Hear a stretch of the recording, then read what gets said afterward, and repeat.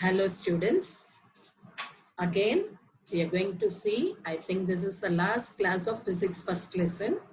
The next thing we are going to see is about Newton's law of gravitation. Newton's law of gravitation. You are all familiar with the word gravitation. It's the earth's pull. Okay, that is called as gravitation. What is this Newton's universal law of gravitation states? See, every particle of matter in this universe, every object in this universe attracts every other particle with a force. This force is directly proportional to the product of their masses and inversely proportional to the square of the distance between the centers of these masses. The direction of the force acts along the line joining the masses. See, by seeing the law itself, don't get embarrassed because it's a very big law. It's not such a big thing. See, you just imagine two objects, both of them attract each other. Every particle, every object in the universe attracts every other particle with a force. So for attraction, there must be a force. That force is directly proportional to the product of the masses. There are two objects. So the product of mass one, the first object, and the product of the mass of the second object. So let it be M1 and M2. So they, with the product of the masses of the objects, it is directly proportional. And the distance, okay, the distance is inversely proportional. So when the product of the masses increase, the force also will increase. And when the distance between the objects is increased, the force will be decreased. That is called as directly proportional and inversely proportional. I think in the previous classes we have discussed about this. What is directly proportional and inversely proportional? So what does this law state? That every object in the universe attracts every other object with a force, and that force is directly proportional to the product of the masses of the objects and inversely proportional to the square of the distance between them, between the objects. Okay. Now, the derivation part. Let M1 and M2 be the masses of the two bodies. A and B are placed R meter apart. We are keeping the distance as R. Okay.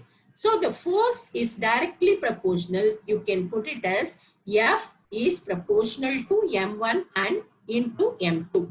That is the proportional sign. I think you might have remembered. On that day we discussed when we saw about the Newton's second law. F is proportional to M1 into M2. That is directly proportional. Next, F is proportional to 1 by R square. That is called as inversely proportional. So when it is inversely proportional, you have to put 1 by. Do you see the difference? Directly proportional, you can put it straight. And if it is inversely proportional, it is 1 by R square.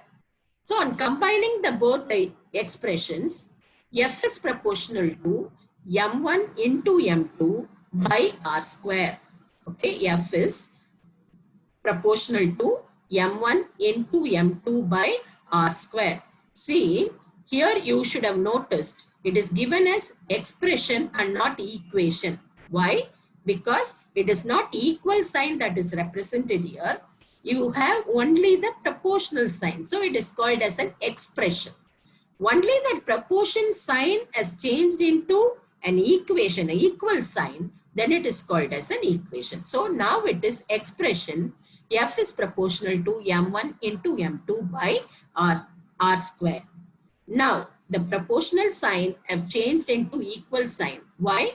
What is the change you observe there? You can see a capital G, which is called as a constant. That is called as universal gravitation constant. That is called as a universal gravitation constant. So when you insert a constant there, then the proportional sign will change into equal sign. So F is equal to, now it is an equation. F is equal to G M1 M2 by R square. G's value, the universal gravitational constant's value, is 6.674 into 10 power minus 11 Newton meter square kilogram per minus 2. Newton meter square kilogram per minus 2. Okay. You need not memorize the unit here by seeing the expression. If you keep G on one side, it will be F R square by M1 M2. So F is Newton, R square is meter square by kilogram into kilogram, kilogram square. When it comes to the numerator, it is kg power minus 2. Understood? Okay. Next is acceleration due to gravity. That is small g. Small g, what is the relationship between capital G and small g? Now, F is equal to ma. From Newton's second law, we know that F is equal to ma. Consider acceleration as acceleration due to gravity here. So, F is equal to mg. Weight is equal to mg. Comparing equations there, the Newton's law of gravitation, F is equal to G m by r square. What is m? We have seen m1 and m2 there, and here it is m and m. Now they are considering two objects with masses capital M and small m. Capital M and small m. And here the capital M can be considered as the mass of the earth and the small m as the mass of an object. Okay, small m as object mass. Now, we know m and m gets cancelled. So, acceleration due to gravity is G equal to G m by r square. G m by r square. And its unit is meters seconds per minus 2. Its value is 9.8 meters second per minus 2. Okay. Now, we are going to calculate the mass of the earth by using this formula. As I said, capital M is the mass of the earth. So, mass of the earth is calculated as 5.972 into 10 power 24 kilogram. Can you imagine that number? So many zeros after 5972. 21 zeros will be there. Okay. So, it is 5.972 into 10 power 24 kilograms. Okay.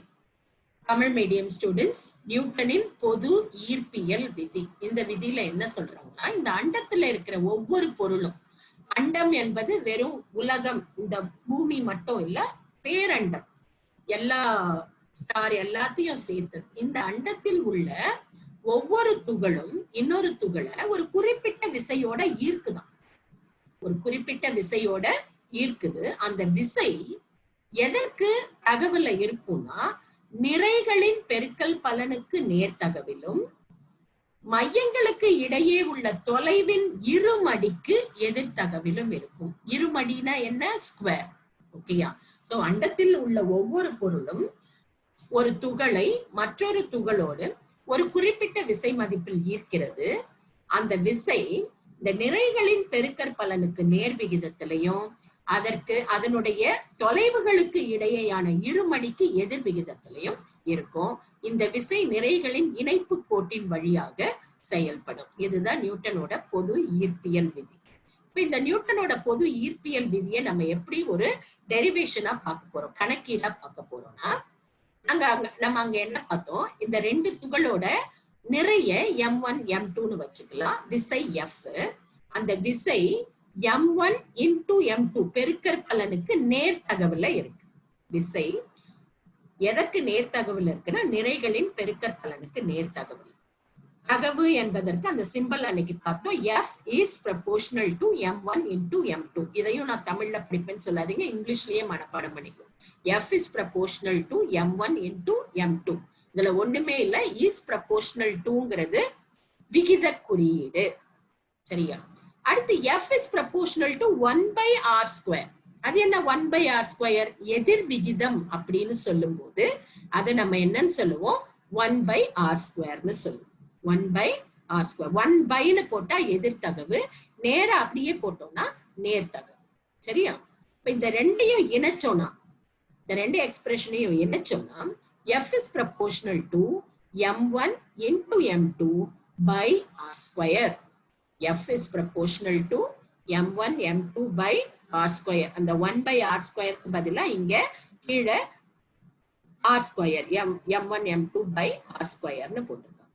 So f is equal to, உடனே இங்க எப்படி equal to sign வந்தது? நம்ம அன்னைக்கு அந்த நியூட்டனினுடைய இரண்டாம் இயக்க விதி பார்க்கும்போது பார்த்தோம், ஒரு ப்ரொபோர்ஷனல் விகிதக்குறியை எடுத்துட்டு அதை ஈக்குவலா மாத்தணும்னா ஒரு மாறிலிய சேர்க்கணும் அப்படின்னு பார்த்தோம். அந்த மாறிலி தான் இங்க கேபிட்டல் ஜி. கேபிட்டல் ஜி பொது ஈர்ப்பு மாறிலி. அந்த இதுக்கு என்னன்னு பேரு? பொது ஈர்ப்பியல் மாறிலின்னு பேரு. சோ எஃப் அந்த ப்ரொபோர்ஷனல் சைன் போய் ஈக்குவல் ஆயிடுச்சு. G m1 m2 by r square. G என்பது ஈர்ப்பியல் மாறிலி. அதோட மதிப்பு 6.674 into 10 power minus 11 n m square kg power minus 2. இவ்வளோ பெரிய அலகு நான் எப்படி ஞாபகம் வச்சுக்கிறதுன்னு கேட்காத, இந்த ஃபார்முலா ஞாபகம் இருந்தா போதும். f is equal to g m1 m2 by r square. g ஒரு பக்கமா வச்சுட்டு f மத்தத அடுத்த பக்கமா கொண்டு வாங்க. அப்ப f r square by m1 m2 இல்லையா? f r square by m1 m2. f க்கு நியூட்டன், r square தூரத்துக்கு metre, so metre square, by m1 m2. m1 னா நிறை, kg into kg, kg power minus 2. அது மேல வரும்போது kg power minus 2 மாறுது. புரியுதா? புவியீர்ப்பு முடுக்கம், இது ஸ்மால் ஜின்னு குறிப்பிடுறோம். இப்படின்னா இந்த புவியீர்ப்பு முடுக்கம் அப்படிங்கிறது என்ன அப்படின்னு நம்ம கம்பேர் பண்ணி பார்த்தோம்னா, நம்ம இரண்டாவது நியூட்டனின் விதியில என்ன பார்த்தோம்? F is equal to ma ன்னு பார்த்தோம். ஏக்கு பதிலா, ஏ என்பது முடுக்கம், அதை நம்ம புவியோட தொடர்பு படுத்தும் போது ஜிக்கு சமமாகுது, புவியீர்ப்பு முடுக்கத்துக்கு சமமாகுது. So F is equal to mg. அந்த mg தான் எடை. இப்ப நம்ம ஈர்ப்பியல் விதி பார்த்தோம். F is equal to g mm by r square. இல்லையே, நம்ம g m1 m2 by r square தானே பார்த்தோம். அப்படின்னு சொல்றவங்களுக்கு இங்க இரண்டு பொருளா நம்ம எதை எடுத்துக்கிறோம்னா, ஒண்ணு பூமி, இன்னொன்னு ஒரு துகள். அப்ப அந்த பூமியோட நிறைய கேபிட்டல் எம்னு சொல்றாங்க, அந்த பொருளினுடைய நிறைய ஸ்மால் எம்னு சொல்றாங்க. பூமியோட நிறை கேபிட்டல் எம், பொருளினுடைய நிறை ஸ்மால் எம். அது ரெண்டுத்துக்கும் இடையில் உள்ள தொலைவு ஆர். ரெண்டுத்துக்கும் இடையில இருக்கிற தொலைவு ஆர். சரியா? அப்ப mg is equal to g m by r square. அடுத்து இதுல பாத்தீங்கன்னா m கேன்சல் ஆயிருது. அப்ப g is equal to g m by r square. இதுதான் புவியீர்ப்பு முடுக்கத்திற்கான சமன்பாடு. சோ இந்த சமன்பாடை வச்சு பார்த்தோம்னா புவியீர்ப்பு முடுக்கத்தோட மதிப்பு என்ன ஆகுது? 9.8 மீட்டர் வினாடி பவர் மைனஸ் 2. 9.8 மீட்டர் வினாடி power minus 2.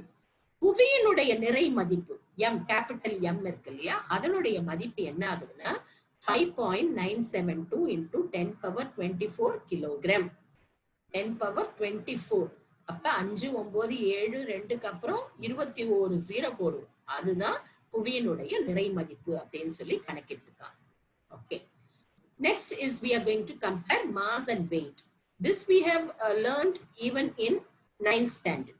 Okay, 9th, 8th, we have learned this comparison. Mass is the basic property. It is the quantity of matter.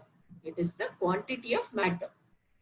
Now we are going and weighing all the objects that we are buying in a shop. We say that it is weight. It is not actually weight. It is mass.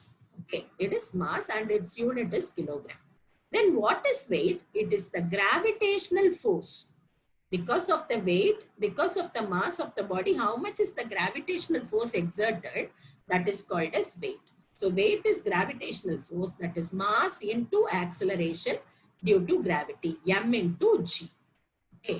நிறை, எடை, இது ரெண்டையும் compare பண்ணோம்னா, நிறை என்பது பொருளோட அடிப்படை பண்பு. அதாவது நிறை என்பது ஒரு பொருள், அந்த பருப்பொருள் எவ்வளவு அளவு இருக்கோ அதுதான் நிறை. அதனுடைய அலகு கிலோகிராம். நம்ம இப்ப போய் நம்ம எடை போட்டு வாங்குறோம்னு சொல்றது எல்லாமே நிறைதான் நம்ம வாங்குறோம். ஆனா எடை என்பது என்னன்னா அந்த பொருளின் மீது செயல்படும் புவியீர்ப்பு விசை, அந்த புவியீர்ப்பு முடுக்கத்தோட மதிப்பு. அப்ப எடை இஸ் ஈக்குவல் டு நிறை இன்டு புவியீர்ப்பு முடுக்கம். எடை இஸ் ஈக்குவல் டு நிறை இன்டு புவியீர்ப்பு முடுக்கம். That is W is equal to m into g. இதுல நிறை பாத்தீங்கன்னா அது ஒரு ஸ்கேலார் அளவையா இருக்கும், எடை வெக்டார் அளவையா இருக்கும். நிறை ஸ்கேலார் அளவை, வெறும் எண் மதிப்பு தான் இருக்கும். ஆனா எடை கீழ் நோக்கி இழுக்கப்படும் அப்படின்னு சொல்றதுனால அதுக்கு என் மதிப்பும் இருக்கும், திசையும் இருக்கு. அதனால அது ஒரு வெக்டார் அளவு. English medium students, mass is a scalar quantity and weight is a vector quantity because mass only has only the magnitude, that is only the number value, but weight, it has both the magnitude and direction. Magnitude and direction. Direction எப்படி வரும்? The direction is because of the gravitational pull. So it is a vector quantity. Okay. Now weightlessness. What is weightlessness in the spacecraft? நம்ம ஒரு roller கோஸ்டர்ல போகும் பொழுதெல்லாம் ஒரு wait இல்லாத ஒரு feeling. லிஃப்ட்ல கூட when we go in a lift we feel a weightlessness we can feel. Okay, so in for an apparent weight of a person, what is meant by apparent? It is not the actual one, but it seems to be the actual one. That is called as apparent weight. Okay, when the lift is moving upwards, whenever we lift anything, we can feel the weight is more because we are lifting it up against the gravitational force. So for the first case, R is the apparent weight. Okay, R minus W. Apparent weight is greater than the actual weight. Actual விட அதிகமா தெரியும். That is apparent weight is greater than the actual weight. So R minus W is equal to MA. So R will be equal to W plus MA. W is nothing but weight mg. So R is equal to M into G plus A. When the lift is moving downwards, now downwards when it moves, the apparent weight seems lesser. The apparent weight seems lesser, easier போற மாதிரி இருக்கு. So W minus R is equal to MA. So R is equal to W minus MA, that is M into G minus A. When the lift is at rest, there is no change between the apparent weight and the actual weight. Apparent weight is R, actual weight is W. So the apparent weight is equal to the actual weight, so it is mg. When the lift is falling down, when there is no control and it is falling down freely, when there is no control and it is falling down freely, what happens? Here there is no apparent weight at all. R is equal to 0. Why R is equal to 0? When the lift is falling freely, then A is nothing but G. There is no control over the acceleration. It is nothing but G. So R is equal to M into G minus G. When G minus G is 0, the total apparent weight becomes 0. That's why in a roller coaster, you feel the apparent weight. There is no weight at all. Okay, that is the, and in spacecraft also, the apparent weight, the gravitational pull is not there. So it is 0. Okay. எடை இழப்பு. நம்ம ஒரு roller கோஸ்டர்ல போகும் பொழுது அல்லது ஸ்பேஸ்ல இருக்கும் போது எடை இழந்த மாதிரி தோன்றுது. எடை இழக்கல, உண்மையிலேயே தோற்ற எடை மதிப்பு, அதுதான் தோற்ற எடை இழப்புன்னு சொல்றாங்க. ஓகே, ஒரு மின் தூக்கி லிஃப்ட் மேல நகரும் போது எப்பவுமே நம்ம ஒரு பொருளை தூக்கும் பொழுது எடை அதிகமா இருக்கிற மாதிரி இருக்கும் அதனுடைய நிறை எடை. ஏன்னா கிராவிடேஷன், அந்த புவியீர்ப்பு முடுக்கத்துக்கு எதிராக நம்ம அதை தூக்குறோம். அப்ப அந்த அப்பேரண்ட் வெயிட், அந்த தோற்ற எடை எப்படி இருக்கும்னா நிலையா இருக்கிற எடையை விட அதிகமா தோணும். தோற்ற எடை அதிகமா இருக்கிற மாதிரி தோணும். So R minus W equal to MA. Wங்கிறது mg, உண்மையான எடை. So R is equal to mg plus MA. R equal to M into G plus A. ஒரு மின் தூக்கி கீழே நகரும் பொழுது அப்ப நமக்கு என்ன தோணும்? தோற்ற எடை நிலையா இருக்கிற எடையை விட குறைவா தோணும். அப்ப R minus W is equal to MA. அப்ப M into G minus A. அந்த மின் தூக்கி லிஃப்ட் ஓய்வுல இருக்கும் பொழுது எந்த சேஞ்சும் இருக்காது. நம்மளோட எடை நமக்கு அப்படியே தான் தெரியும். So R is equal to mg. இப்போ இந்த மின் தூக்கி எந்த கண்ட்ரோலும் இல்லாம தானா கீழே விழுதுன்னு வச்சுக்கலாம். ஏதோ ஒரு பழுது கீழே அது பாட்டுக்கு விழுதுன்னா அங்க கண்ட்ரோல் முடுக்கத்துல நம்ம கண்ட்ரோலே இல்ல ஆக்சிலரேஷன்ல. அப்ப G என்பது சமமா இருக்கும், A என்பது Gக்கு சமமா இருக்கும். R equal to M into G minus G. அப்ப மொத்தம் அந்த தோற்ற எடை 0வா இருக்கும். அதனாலதான் நம்ம அந்த விண்வெளி வீரர்களோ அல்லது நம்ம ரோலர் கோஸ்டர்ல அந்த இதுல எல்லாம் பூங்கால எல்லாம் போவோம் இல்லையா? அதுல இருக்கும்போது நமக்கு ஏன் வந்து மொத்தமா நம்ம எடையே இல்லாத மாதிரி தோணுதுன்னா, அங்க ஆக்சிலரேஷன் அந்த முடுக்கம் என்பது இல்லாம மொத்தமுமே புவியீர்ப்பு முடுக்கம் செயல்படுறதுனாலதான். So dear students, I think you would have understood the first lesson fully. We have finished the first lesson fully. You can go and take your books and mark all the question answers and learn. Okay, so Tamil medium students, இந்த first லெசனை உங்களுக்கு நல்லா புரிஞ்சிருக்கும்னு நினைக்கிறேன். இப்ப என்ன பண்ணலாம், நீங்க புக் எடுத்து அதுல இருக்க கொஸ்டின் ஆன்சர் எல்லாத்துக்கும் நீங்க ஆன்சர் பண்ணலாம். புரியுதா? So thank you. Have a nice day.